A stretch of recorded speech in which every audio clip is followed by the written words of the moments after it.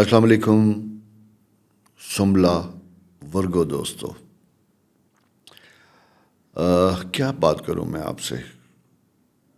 آپ کیا سننا چاہتے ہیں؟ میرا ایک مسئلہ ہے. میرا مسئلہ یہ ہے کہ میں عموماً وہ بات کرتا ہوں جو مجھے بس چارٹ بتاتا ہے. کبھی کبھی آنے والے لوگ ایک خاص موڈ مزاج کے ساتھ آتے ہیں اور وہ سننا چاہتے ہیں جو انہوں نے سوچ رکھا ہوتا ہے، اور میں وہ نہیں کہتا کیونکہ ایسا ہوتا ہوا دکھائی نہیں دیتا. یہی پوزیشن آپ کے اپنے برتھ چارٹ اور آپ کے اپنے ہاروسکوپ سے ریلیٹڈ بھی بنتی ہوئی دکھائی دیتی ہے. آپ کے سائن میں اگر یہ بات کروں تو بالکل بڑے زبردست قسم کے اینگلز ہیں، سائن ہیں، سارا کچھ ہے. کریئر کے پوائنٹ آف ویو سے سب سے پہلے پرسنل بات ہم کرتے ہیں. پرسنل جب ہم بات کرتے ہیں تو ٹیمپرامنٹل ایشوز، ان کو بہت احتیاط کی ضرورت ہے. ریشنس، چھوٹی چھوٹی چیزوں پہ اریٹیٹ ہونا، غصے میں آنا، یہ ایک فیکٹر ہوگا کیونکہ مارس اینڈ راہو آپ کے سیکنڈ ہاؤس میں، جہاں ہم امپلسو ہوتے ہیں، جلد باز ہوتے ہیں اور بغیر کسی چیز کو آدھی بات سن کے اپنا رویہ یا ری ایکشن دے دیتے، اس کے اوپر رہتے. اور پھر سیکنڈ، مارس اور راہو جب یہ ہوتا ہے تو ہم ایسی ناگوار گفتگو کرتے ہیں جس کے اوپر بعد میں خود بھی شرمندہ ہو سکتے ہیں. تو لہٰذا تھوڑا سا توقف، پاز دیں. کوئی کسی طرف کی کوئی ایسی بات ملتی ہے جو آپ کو مناسب یا اچھی نہیں لگتی تو اس کے بارے میں فوراً رویہ یا فوراً ری ایکشن نہیں دینا، آپ نے تھوڑا سا وقت دینا ہے. وہ ویسے بھی ایک حدیثہ کہا جاتا ہے کہ جب غصے میں ہو تو بیٹھ جاؤ، بیٹھے ہیں تو کھڑے ہو جاؤ، کھڑے ہیں تو چلنا شروع ہو جاؤ اور پانی کا ایک گھونٹ پئیں.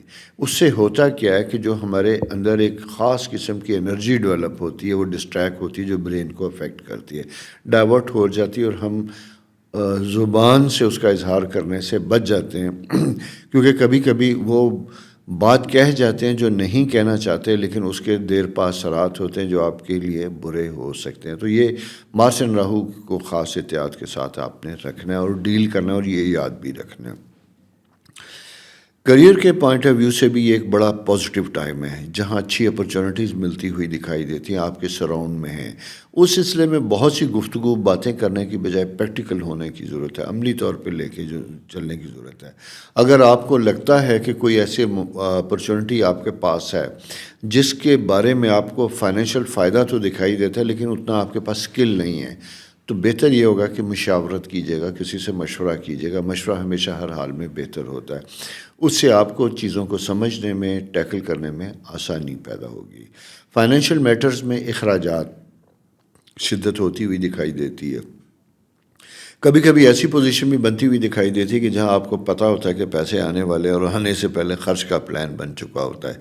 یہ ویسے سبھی کرتے ہیں، لیکن مارس جب آپ کے انکم ہاؤس میں ہوتا ہے تو وہ پیسے روکتا نہیں ہے بلکہ خرچ کرواتا ہے. خرچ کرنے کا جو سلسلہ ہے یہ تھوڑا سا کنٹرول ہونا چاہیے، تھوڑا سا محتاط ہونا چاہیے، بچا کے تھوڑا سا رکھنے کی کوشش کیجیے گا.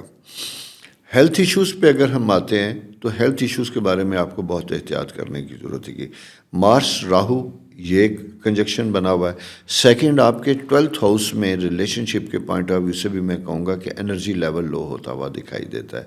مرکری اینٹی کلاک وائز ہوتا ہے. مرکری اینٹی کلاک وائز جب یہ ہوتا ہے تو آپ کو تھروٹ، گلے، ان چیزوں سے لے کے چلتا ہے. اتفاق سے میرا اپنا گلا بھی تھوڑا سا ڈاؤن ہے اور بولنے میں مجھے بھی مشکل ہو رہی ہے، اور یہ میرا سال سے آزمودہ ہے کہ جب مرکری اینٹی کلاک وائز ہوتا ہے تو یہ یاد رکھیے گا، یا تو ہمارے سسٹم ان میں ڈسٹربنس ہوتی ہے، جیسے انٹرنیٹ یہ وہ ڈاؤن ہوتے ہیں، ان کے اوپر لوڈ ہوتا ہے، ہمیں ڈیٹا آسانی سے ریسیو نہیں ہوتا. اور اسی طرح جن کا رولنگ پلانٹ مرکری ہوگا وہ دو ستارے جیسے ورگو اور جیمنائی، یہ بھی افیکٹ کریں گے. تو لہٰذا اپنی ان ایریاز کو، تھروٹ، گلا، سٹامک، ان چیزوں کا خاص خیال رکھیے گا. یہ ہے آپ کا اس ویک کا ہاروسکوپ مختصراً.